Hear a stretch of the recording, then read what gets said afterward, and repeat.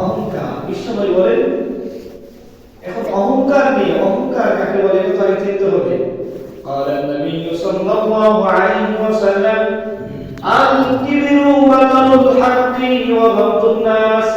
বিশ্বনবী বলে অহংকার হলো দাম্ভিকের সাথে সত্য যেটা, ন্যায় যেটা, সেটাকে অস্বীকার করা। যেটা সত্য বাস্তব সেটা দাম্ভ করে, মানে অহংকারের সাথে নিজেকে বড় মনে করে সেটাকে অস্বীকার করা। অবর্তনা সিরিন নাম্বার হলো মানুষকে অস্বীকার করা, মানুষকে ঘৃণা করা। কি করা? অহংকার। তো আমরা শুধু বলি অহংকার করা যায় না, অহংকার মানে অহংকারী ব্যক্তি জান্নাতে যাবে না, হাদিসের মধ্যে আছে। কিন্তু অহংকারটা কাকে বলে আগে তো সেটা জানতে হবে। তার অহংকার কাকে বলে?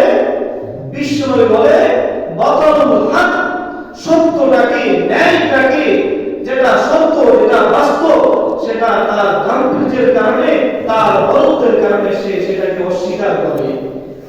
এবং মানুষকে যে ঘৃণা করে সেইগুলো, সেটা কি বলে? অহংকার।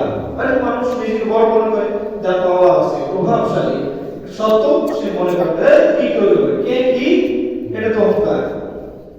বুঝলেন? বাজারের ভিতরে একটা অন্যায় কাজ করতেছে, তার ছেলে দেখতেছে, এখন সে অহংকার করবে, অন্যায় কাজ সেটা সে যে করতেছে সেটা অন্যায়, সবাই বুঝতেছে, সকলেই বুঝতেছে, জানতেছে, তারপর তার ক্ষমতা জোরের বলে বলছে করবে, কে কি করবে, এটাকে বলে কি?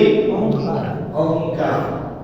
এই জন্য অহংকার কারা করছে? অহংকার হলো তিন প্রকার। অহংকার চিন্তিত আমরা, যেটা সত্য, যেটা ন্যায়, সেটাকে অস্বীকার করা, নিজেকে বড় মনে করে, এবং মানুষকে দুই নম্বরে কি করা? ঘৃণা করা। দেখবেন মানুষকে ঘৃণা করে কিভাবে? রাস্তা দিয়ে হাঁটতেছে, কিন্তু নিম্ন শ্রেণীর মানুষ তার দিকে তাকায় না। নিম্ন শ্রেণীর মানুষ যদি তার চিন্তে শিক্ষায় বেশি হয়, বয়সও বেশি হয়, অহংকারের কারণে তার দিকে তাকায় না। এটাই হলো ঘৃণা, আর এটার নাম হলো অহংকার। বিশ্বনবী কি বলে? সহিহ মুসলিম শরীফের 168 নম্বর হাদিসের মধ্যে বিশ্বনবী বলে قال النبي صلى الله عليه وسلم لا يدخل الجنة من كان في قلبه مثقال ذرة من كبر। বিশ্বনবী বলে لا يدخل الجنة, ওই ব্যক্তি জান্নাতে প্রবেশ করবে না, মান কানা ফি কলবিহি, যার অন্তরের মধ্যে মিথকাল যারাতিন, সরিষার দানা